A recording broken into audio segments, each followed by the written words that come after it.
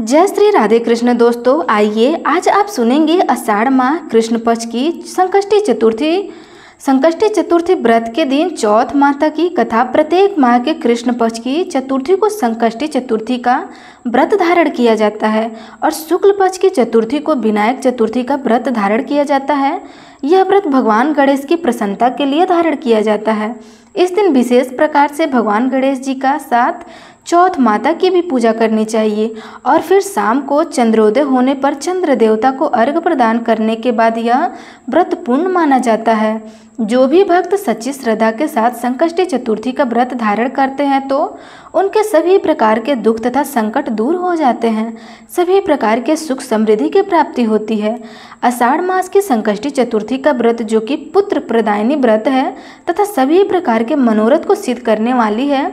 आषाढ़ माह कृष्ण पक्ष की चतुर्थी तिथि प्रारंभ हो रही है 14 जून 2025 दिन शनिवार दोपहर 3:49 और चतुर्थी तिथि समाप्त हो रही है 15 जून 2025 दिन रविवार को दोपहर 3:52 पे। इस व्रत को चंद्रोदय व्यापनी ली जाती है। इस कारण से सभी भक्तजन 14 जून 2025 दिन शनिवार को संकष्टी गणेश चतुर्थी का व्रत धारण करेंगे। 14 जून को ब्रह्म मुहूर्त का समय रहेगा सुबह 4:02 से सुबह 4:43 तक होगा। सूर्योदय का समय रहेगा 5:07 से और सूर्यास्त का समय रहेगा 6:49 पे। इसलिए राहु काल का समय सुबह 8:32 से सुबह 10:15 तक होगा। राहु काल के समय के दौरान कोई भी शुभ कार्य नहीं करना चाहिए। इस बात का ध्यान रखें कि प्रातःकाल पूजा या शुभ मुहूर्त सुबह 4:22 से सुबह 5:23 तक होगा। शाम को पूजा का शुभ मुहूर्त 7:20 से रात्रि के 8:20 तक। चंद्रोदय का समय चंद्र दर्शन का जो कि रात्रि को 9:37 पे होगा। अभिजीत मुहूर्त का समय होगा सुबह 11:54 से दोपहर के 12:49 तक। विजय मुहूर्त का समय होगा दोपहर 2:41 से दोपहर 3:37 तक। अमृत काल का समय रहेगा 5:41 से शाम 7:21 तक। नक्षत्र उत्तरायण होगा रात्रि को 12:22 तक। उसके बाद श्रवण नक्षत्र होगा। योग ब्रह्म योग होगा दोपहर 1:13 तक। उसके बाद इंद्र योग होगा। जो भी संकष्टी चतुर्थी का व्रत धारण करते हैं उन्हें चाहिए कि इस दिन व्रत ब्रह्म मुहूर्त में उठ करके नित्य क्रियाओं से निर्वित होकर के गंगा नदी में या घर के नहाने के पानी में थोड़ा सा गंगा जल मिला करके स्नान करें, शुद्ध वस्त्र धारण करें, भगवान सूर्य नारायण को अर्घ्य प्रदान करें। इसके बाद व्रत का संकल्प लेना चाहिए। भगवान गणेश जी से प्रार्थना करनी चाहिए कि हे भगवान गणेश, आज मैं आषाढ़ मास कृष्ण पक्ष की संकष्टी चतुर्थी का व्रत धारण करने जा रही हूँ और दिन भर उपवास रहते हुए भगवान गणेश जी का चंद्रोदय से कुछ पूर्व ही स्नान आदि करके शुद्ध वस्त्र धारण करके भगवान गणेश जी का पूजन करें, साथ में चौथ माता की करें। इस दिन भगवान गणेश जी का गंध पुष्प धूप दीप आदि से पूजा करनी चाहिए। इसे दुर्वलता सिंदूर अर्पित करनी चाहिए। धूप और दीप दिया के अनेक प्रकार से निवेद आदि का भोग लगाना चाहिए। दूध से बने हुए मिठाई लड्डू मोदक आदि का भगवान गणेश जी को भोग लगाएं। भोग लगाते समय उनसे तुलसी पत्र नहीं डालने चाहिए, इस बात का ध्यान रखें। भगवान गणेश जी को तुलसी पत्र नहीं चढ़ाया जाता है, उसके जगह पे आप दूर्वा दल डाल सकते हैं। भगवान गणेश जी को भोग लगाएं। इसके बाद जल से आचमन करवाएं। मुख शुद्धि के लिए पान पत्र सुपारी लौंग इलायची के साथ में अर्पित करें। द्रव्य दक्षिणा चढ़ाएं। इसके बाद फिर संकष्टी गणेश चतुर्थी व्रत का कथा का श्रवण करें। भगवान गणेश जी की आरती करें। पूजन संपन्न करने के बाद फिर चंद्रोदय हो जाने पर चंद्र देवता को कच्चे दूध का और जल का अर्घ प्रदान करें। अर्घ देते समय ओम सोम सोमाय नमः का जाप अवश्य करें। इसके बाद यह व्रत पूर्ण माना जाता है। इसके बाद सात्विक आहार ग्रहण करने चाहिए।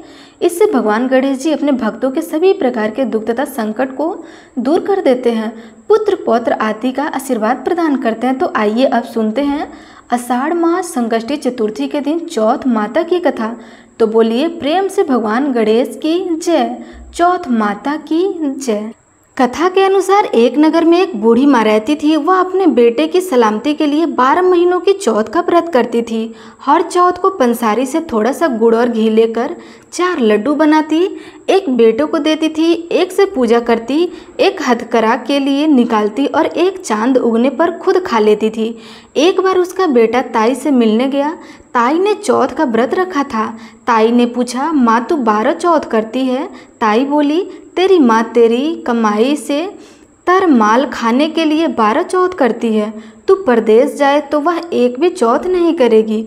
लड़के को लगा ताई सच कह रही है। घर आकर माँ से कहा कि माँ मैं परदेश जा रहा हूँ, यहाँ तू मेरी कमाई खाने पीने में ही उड़ा देती है। माँ ने समझाकर रोकना चाहा पर बेटा नहीं माना। माँ ने उसे साथ ले जाने के लिए चौथ माता के आंखें दिए और कहा, मुसीबत में यह आंखें तेरी मदद करेगा। वह आंखें लेकर वहाँ से रवाना हो गया। घूमते हुए एक नगर में जा पहुँचा। उसने देखा एक बूढ़ी माई रोती जा रही थी और पुआ बनाते जा रही थी। उसके कारण पूछा तो बूढ़ी माई ने कहा कि बेटा, इस नगर की पहाड़ी पर एक दैत्य रहता है। पहले वह नगर में आकर कई लोगों को खाने के लिए मार देता था। अब राजा हर घर से एक आदमी दैत्य के पास भेजता है और आज मेरी बेटी की बारी है, इसलिए मैं रो रही हूँ और इसी के लिए पुए बना रही हूँ। वह बोला, तू पुए मुझे खिला दे, तेरी बेटी की जगह मैं चला जाता हूँ। बूढ़ी माई ने खीर पुए उसे खिला दिए। खाकर पी करके वह सो गया। रात को राजा के सैनिक आए तो बूढ़ी माँ ने उसे भेज दिया। दैत्य के सामने पहुँचने पर उसने चौथ माता की आंखें दैत्य की तरफ फेंक कर कहा कि हे चौथ माता, यही मेरी माँ मेरी सलामती के लिए व्रत करती है तो दैत्य का सिर कटकर गिर जाए। तुरंत दैत्य का सिर कट गया। लड़का वापस आ गया। राजा उसे उपहार देकर वहाँ से विदा किया। चलते हुए एक दूसरे राजा के नगर में जा पहुँचा। उस राज्य में आवा तभी पक रहा था जब इंसान की बलि दी जाती थी। सिपाहियों ने उसे पकड़ लिया और आवे में चुन दिया। लड़के ने आंखें आवे में डाले और कहा कि हे चौथ माता, यदि मेरी माँ के लिए व्रत करती है तो आवा मेरी बलि के बिना ही झट से पक जाएगा। आवा तुरंत पक गया। आवे में से मिट्टी की जगह सोने चांदी के बर्तन निकलने लगे। अंदर से लड़का बोला, बर्तन धीरे धीरे निकालना, मुझे लग नहीं जाए। राजा ने उसे निकलवाया और पूछा कि इस आवे से तुम कैसे बच गए? लड़के ने बताया कि उसकी माँ चौथ माता का व्रत करती है। व्रत के कारण ही वह बच पाया और राजा को विश्वास नहीं हुआ। उसने एक चांदी की सुराही मंगवाई और कहा कि तुम सुराही की नली से निकल कर दिखाओ, तभी मुझे विश्वास होगा। लड़के ने चौथ माता को याद करके आंखें सुराही में डाल दी और कहा कि मैं भौंरा बनूं, सुराही से निकलूं। लड़का भौंरा बनकर सुराही से निकल गया।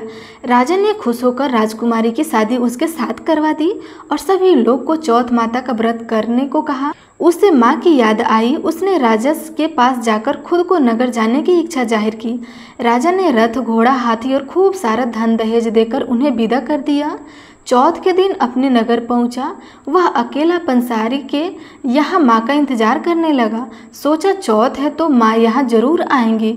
थोड़ी देर बाद लकड़ी ढेकती हुई माँ आती दिखी। उसकी माँ की आंखें में जाले आने के कारण दिखना कम हो गया था। लड़के ने जानबूझकर अपना पैर लकड़ी में लगा दिया और कहने लगा कि बलड़े पुत काटी मेरे पैर के लगा दी। माँ ने उसे नहीं पहचाना और कहने लगी, भैया मुझे चाहे कितने भी गाली दे दो पर मेरे बेटे को कुछ मत कहना।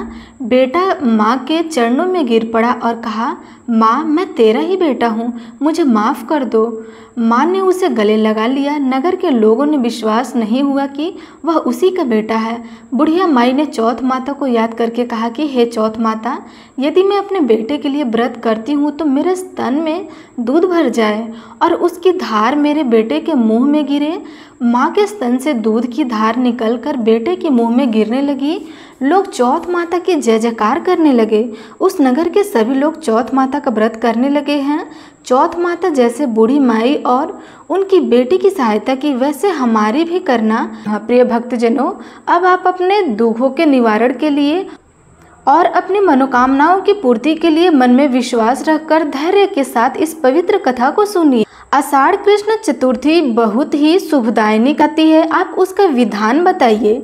इस मास के गणेश जी का क्या नाम है और उनकी पूजा किस प्रकार करनी चाहिए?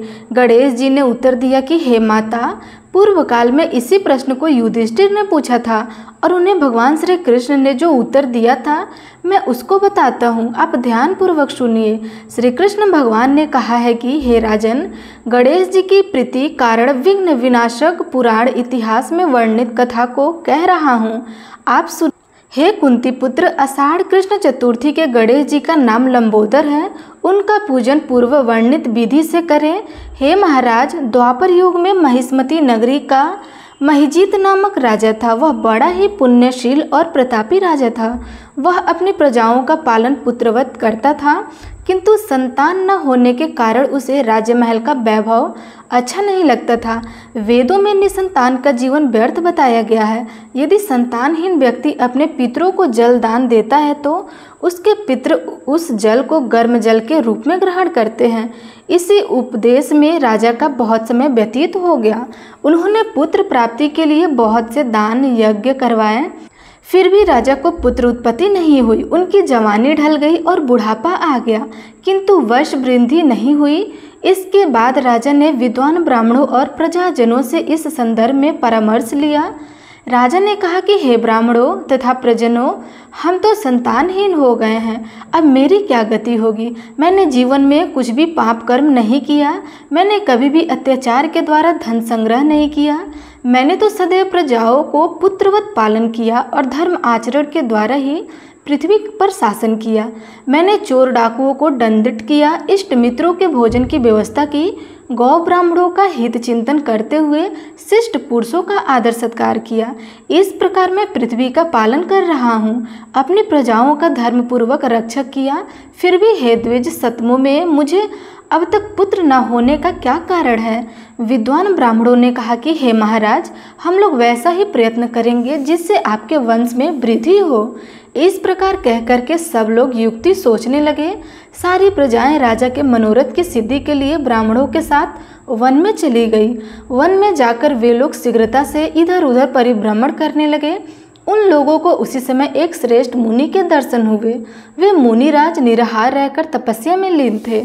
ब्रह्मा जी के समान वे आत्मीज, क्रोधित तथा सनातन पुरुष थे। वे संपूर्ण वेद विशारद, दीर्घ आयु, अनंत एवं अनेक ब्रह्म ज्ञान संपन्न वे महात्मा थे।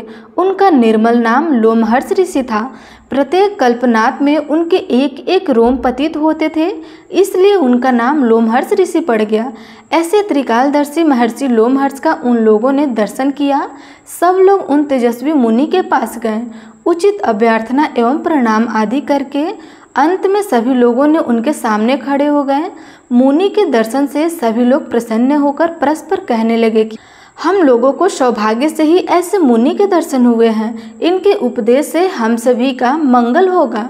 ऐसा निश्चय करके मुनिराज से जनता कहने लगी कि हे ब्रह्मासी, हम लोगों के दुख का कारण सुनिए। अपने संदेह के निवारण के लिए हम लोग आपके शरणागत हुए हैं। हे भगवान, आप कोई उपाय बताइए। हे स्वामी, आप जैसे महात्मा को पाकर हम लोग किसी अन्य व्यक्ति से क्या कहें। आप ब्राह्मण एवं ऋषियों में श्रेष्ठ हैं। आपसे बढ़कर कोई दूसरा पुरुष मुझे दिखाई नहीं देता है। महर्षि लोमहर्ष ने पूछा, हे सज्जनों, आप लोग यहाँ किस अभिप्राय से आए हुए हैं। मुझसे आपका क्या प्रयोजन है, स्पष्ट रूप से कहिए। मैं आपके सभी संदेशों का निवारण अवश्य करूँगा। हम आपके कल्याण की भावना रखते हैं। तपस्वियों की तपस्या केवल परोपकार के लिए होती है। प्रजाजनों ने उत्तर दिया, हे द्विज श्रेष्ठ, हम लोग जिस महान कार्य की सिद्धि के लिए यहाँ आए हुए हैं उन्हें सुनिए। हम लोग महिष्मती नगर के निवासी हैं। हमारे राजा का नाम महित है। वह राजा ब्राह्मणों का रक्षक, धर्मात्मा, दानवीर, सूरवीर एवं मधुर भाषी है। उस राजा ने हम लोगों का पालन पोषण किया है, परंतु ऐसे राजा को आज तक संतान की प्राप्ति नहीं हुई है। हे भगवान, माता पिता तो केवल जन्मदाता ही होते हैं, किंतु राजा ही वास्तव में पोषक का संवर्धन होता है। उसी राजा के निमित्त हम लोग ऐसे गहन वन में आए हुए हैं। हे महर्षि, आप कोई ऐसी युक्ति बताइए जिससे राजा को संतान की प्राप्ति हो जाए, क्योंकि ऐसे गुणवान राजा को कोई पुत्र न हो यह बड़े दुर्भाग्य की बात है। हम लोग परस्पर विचार विमर्श करके इस वन में आए हुए हैं। उनके सौभाग्य से ही यहाँ हम लोग ने आपका दर्शन लाभ उठाया है। हे मुनीश्वर, किस व्रत, दान, पूजन आदि कर्म का अनुष्ठान करने से राजा को पुत्र होगा, आप कृपा करके हम सभी को बताइए। प्रजाओं की बात सुनकर महर्षि ध्यान मग्न होकर राजा के उपकार के लिए कहने लगे, महर्षि लोमहर्ष ने कहा, हे ब्राह्मणों, आप लोग ध्यानपूर्वक सुनिए। मैं संकट नाशन व्रत को बताता हूँ। वह व्रत निसंतान को संतानदायक एवं निर्धनों को धन देता है। आषाढ़ कृष्ण चतुर्थी को एक दंत गजानन नामक गणेश जी की पूजा करें। पूर्वोत्तर विधि से राजा व्रत करके श्रद्धा युक्त होकर ब्राह्मण भोज कराएं और उन्हें वस्त्र दान करें। श्री गणेश जी की कृपा से उन्हें अवश्य ही पुत्र की प्राप्ति होगी। महर्षि लोमहर्ष की यह बात सुनकर सभी लोग क्रमबद्ध होकर उठ गए। नतमस्तक होकर दंडवत प्रणाम करके सभी लोग नगर कुल चले गए। वन में घटित हुई सभी घटनाओं को प्रजाजनों ने राजा से बताया। पूर्वजनों की बात सुनकर समानकारी बुद्धिधारी राजा बहुत ही प्रसन्न हुए और उन्होंने श्रद्धा भक्ति से विधिवत गणेश चतुर्थी का व्रत करके ब्राह्मणों को भोजन और वस्त्र आदि दान दिया। रानी सुदर्णा ने गर्भधारण संस्कार के अनंतर श्री गणेश जी की कृपा से राजा को एक सुंदर और सुलक्षण पुत्र प्राप्त हुआ। राजा ने संपूर्ण नगर वासियों को संतुष्ट करके पुत्र उत्सव मनाया। राजा महिजीत ने ब्राह्मणों को धन रत्न आदि देकर नृत्य किया। भगवान श्री कृष्ण कहते हैं कि हे राजन, इस व्रत को ऐसा ही प्रभाव है, जो व्यक्ति इस व्रत को ध्यान पूर्वक करेगा वे समस्त संसारिक सुख के अधिकारी हो जाएगा। भगवान श्री कृष्ण ने कहा है कि हे महाराज, आप भी इस व्रत को विधि पूर्वक कीजिए। श्री गणेश जी की कृपा से आपकी सभी मनोकामनाएं पूर्ण होंगी, आपके संपूर्ण शत्रुओं का विनाश होगा और आप अचल राज्य के अधिकारी बनेंगे। हे भूपति शिरोमणि युधिष्ठिर, जो पुरुष इस व्रत को करते हैं वे चाहे एकांत सेवी ऋषि हो अथवा विद्वान, उन्हें निर्विघ्न रूप से पुत्र पौत्र आदि की प्राप्ति होती है। जो मनुष्य भगवान श्री गणेश जी के इस चरित्र को सुनता अथवा सुनाते हैं उन्हें सब कार्यों में सिद्धि प्राप्त होती है। सभी मिलकर प्रेम से बोलिए, विघ्नहर्ता भगवान गणेश की जय। अब आप सुनिए चौथ माता की कथा, क्योंकि चतुर्थी का व्रत बिना चौथ माता की कथा के या पूजा के अधूरा रहता है। पौराणिक कथा के अनुसार एक गांव में एक सेठ सेठानी रहते थे। उनके एक बेटा और एक बहू थे। बहू सबको भोजन करा के फिर स्वयं भोजन करती थी। एक पड़ोसन ऐसी भी थी जो रोज पूछती थी कि बहू आज क्या बनाया है, क्या खाया है। तो बहू कहती थी ठंडो बासी। एक दिन उसके पति ने ऐसा सुनकर विचार किया कि आज तो पकवान बनाया जाए, फिर देखे कि मेरी पत्नी क्या कहती है। उसने तरह तरह के पकवान बनाए और घर के सभी लोगों ने एक साथ बैठकर भोजन किया। आज भी पड़ोसन ने पूछा तो बहू ने कहा कि ठंडो बासी। तब सेठ के लड़के ने सोचा कि हो न हो कोई बात अवश्य है जिससे कि मेरी पत्नी ऐसा कहती है। उसने पत्नी से पूछा, तुम रोज ठंडो बासी खाया ऐसा क्यों कहती हो, जबकि हम सब ने एक साथ बैठकर कई तरह के पकवान खाए हैं।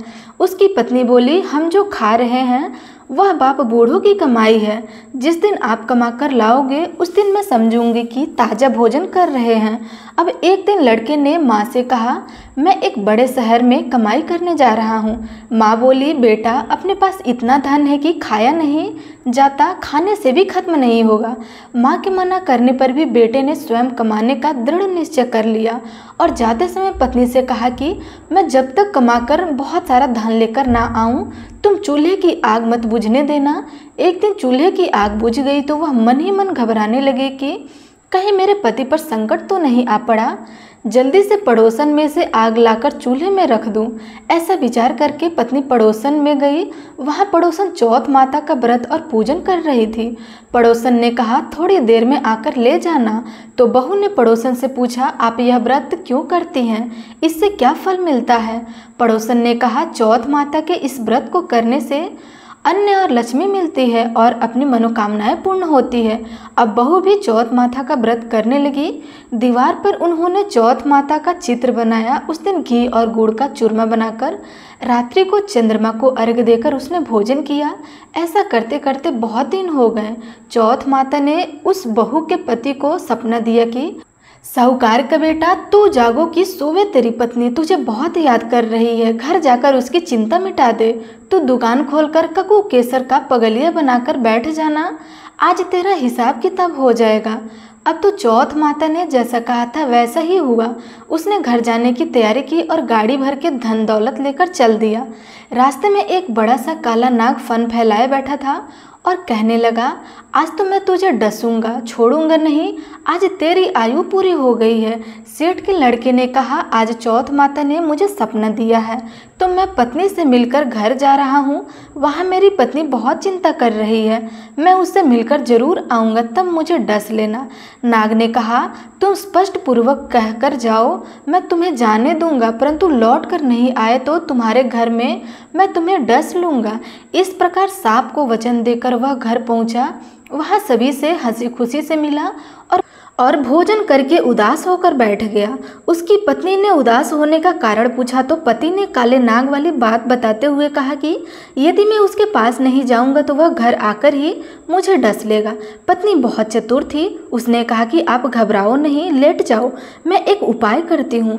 पत्नी ने कमरे की 7 पेड़ी धोई। पहली पेड़ी पर रेत, दूसरी पर इत्र, तीसरी पर गुलाल फूल, चौथी पर कंकु केसर, 5वीं पर लड्डू पेड़ा, 6ठी पर गादी गलीचा और 7वीं पेड़ी पर दूध का कटोरा भरकर रख दिया। इस प्रकार वह 7ही पेड़ी सजाकर बैठ गई। आधी रात होते ही नाग आकर पेड़ी चढ़ने लगा। पहली पीढ़ी पर रेत में लौट गया और कहने लगा कि सेठ की बहू ने आराम तो बहुत दिया, पर वचनों में बांधकर आया हूँ सो डसूंगा। अवश्य ही इस प्रकार 7 पीढ़ियों पर नाग आराम करता हुआ और कहता हुआ कि डसूंगा जरूर कमरे में जाने ही वाला था कि चौथ माता ने विचार किया कि मैं इसे नहीं बचाऊंगी तो संसार में धर्म, कर्म और व्रत पूजन को कौन मानेगा। अब तो गणेश जी, चंद्रमा जी और चौथ माता ने उसे बचाने का विचार किया। चंद्रमा जी ने उजाला किया, चौथ माता ढाल बनी और गणेश जी ने तलवार लेकर नाग को मार दिया और ढाल से ढक दिया। अब बहू भी थकी हारी सो गई। दिन निकला तो लोग बेटे से मिलने आए, परंतु बेटा बहू तो उठे ही नहीं थे। बहुत देर हो गई थी तो माँ उसे उठाने गई। माँ ने 7 पीढ़ियों पर जो कुछ देखा तो वह बहुत ही घबरा गई और बेटा बहू को आवाज़ लगाई, बेटा बहू उठो तो देखो कि एक ढाल तलवार वहाँ पड़ी है। अब ढाल उठाई तो वही काला नाग मरा हुआ पड़ा था। बेटा बहू ने सोचा कि आज तो धर्म कर्म ही आड़े आए हुए हैं। जो भगवान गणेश जी और चौथ माता ने अपनी रक्षा की है, चौथ माता आपने जैसे सेठ के बेटे बहू की रक्षा की वैसे ही हम सब की रक्षा करना। तो प्रेम से बोलिए, चौथ माता की जय, गणेश भगवान की जय।